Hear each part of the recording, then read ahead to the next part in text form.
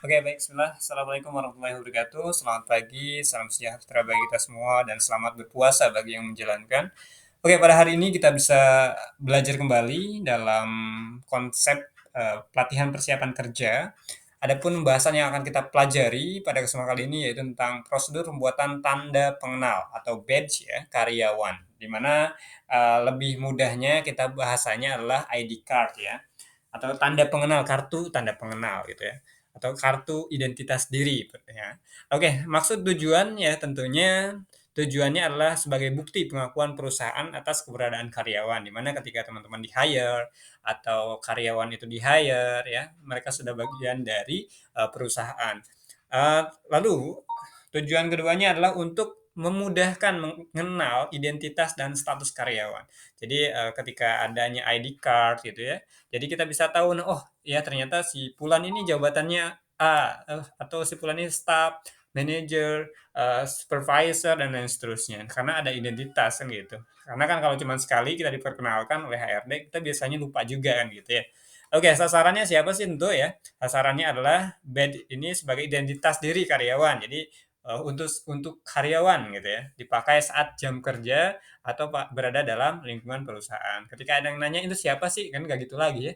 Oh, ternyata itu si, HRD kita ya, namanya si ini, gitu ya. Itu terlihat di kartu identitasnya, kan gitu ya, enak kan? Nah, penanggung jawabnya tentunya HRD, bertanggung jawab atas pembuatan, identitas diri itu atau kartu identitas diri, tentu ya, baik, bagi karyawan baru maupun karyawan lama ya, atas permintaan dari setiap bagian melalui kepala departemennya atau manajer atau kepala bidang bahasanya.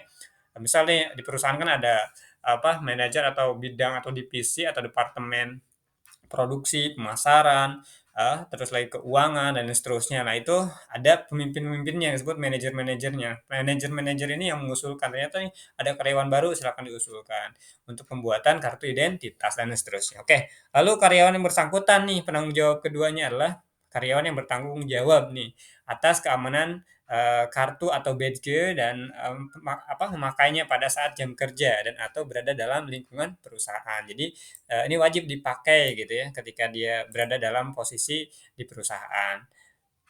Masukan yang dibutuhkan tentunya surat surat permohonan pembuatan badge atau kartu identitas ini dari kepala departemen karyawan yang bersangkutan. Misal nih, si Fulan karyawan di bagian atau departemen produksi, berarti si manajer produksinya yang mengusulkan gitu ya, atau kepala departemennya atau kepala bidang bahasanya ya. Keluaran yang dihasilkan tentunya badge ya, bahasanya badge aja lah ya sekarang. Karyawan dibedakan berdasarkan departemen, karyawan, trains ya, masa percobaan, dan seterusnya.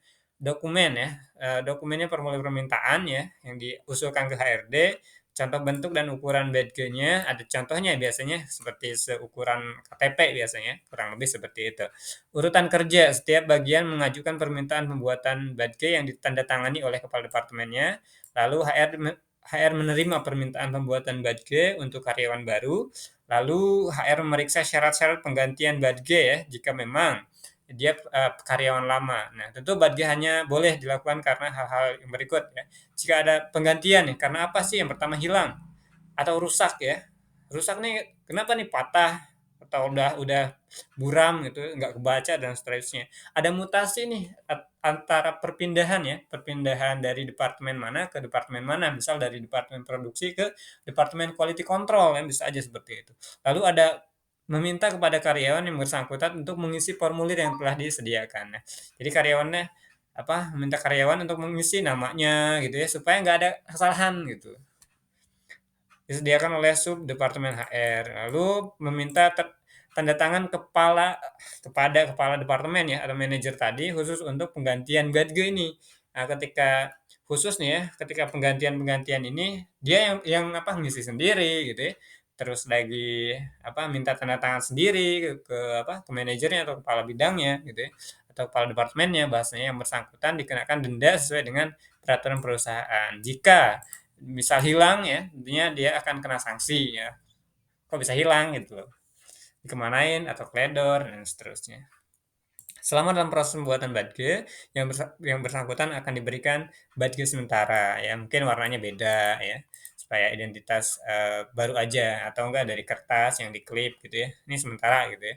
HR membuat Badge setelah menerima form permintaan Badge yang ditandatangani oleh kepala manajer atau kepala tadi, kepala apa, kepala departemen, gitu.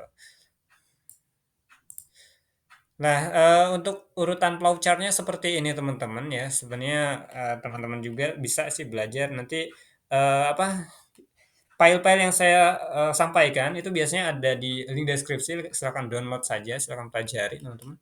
Oke, saya rasa cukup teman-teman, itu saja yang bisa saya sampaikan. Demikian, terima kasih, tetap semangat untuk kita semua. Terima kasih.